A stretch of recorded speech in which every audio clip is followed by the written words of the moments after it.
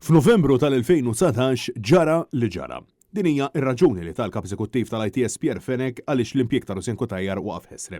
It-tnejn ġurnalisti tat Times of Malta intervistaw lil Fenek brabta mal-impjieg ta' Cutajar, deskritt mill-NAO bħal wieħed irregolari u fraudolenti minn fuq it-taxxi tal-poplu. U mistoqsi jekk kienx għarraf lil bord Fenek wieġeb b'dan il-mod. Il-bord ma kellu l-ebda għarfien li Rosjan kun għatat xogħol mal-ITS, għalfejn ma kienux magħrufin.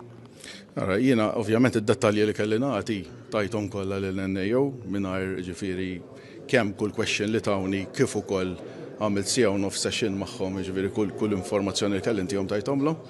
Ix-xogħol li kellha tagħmel l-Onorevoli Cutajar kien fuq il-strategic plan illi l-board kellu japprova minn Novembru tal-2019 biex nitilqu bix-xogħol. Sfortunatament kif kulħadd jaf Novembru tal-2019 ġara li ġara. Meta il-kap tal-ITS wieġeb ġara li ġara mhuwiex ċar għal xiex kien qiegħed jirreferi.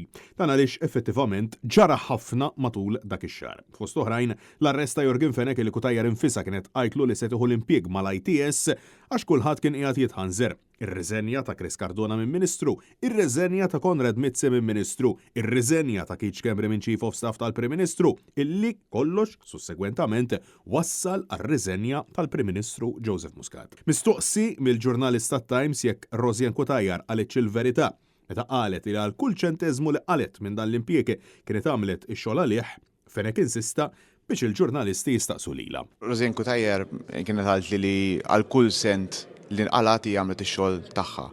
Tikkonferma dan kont direttament fuqha. Dak għax-xogħol ir-riċerka li kellha tagħmel għamletha hi u ovvjament saqsu lilha, ġifieri ġiġa rrisponditkom. Pierre Fenek insista li Cutajar kienet qed tagħmel xogħol tajjeb ta' riċerka madankollu l-NAO ma kellu ebda evidenza preżentata qudiemu dwar din il-konsulenza. Kienet tagħmel xogħol tajjeb ġifieri. Hi kienet qed tagħmel xogħol ta' riċerka kif kienet imqabda tagħmel. Dik nistgħu jien kollox qed l-NAO dal-affarijiet kollha qed tagħmlu. Mistoqsi jekk kellux sem fil-ħatra ta' Cutajar f'dan l-impjieg minkejja li fi kliem Roberta Bela Fenek obda direzzjoni politika ta' Konrad Mizzi, Pierre Fenek ma weġibx u stqarr illi ma jagħmilx dak kollu illi jgħidlu Ministru. Ma kellek sejfi għall-biċċa.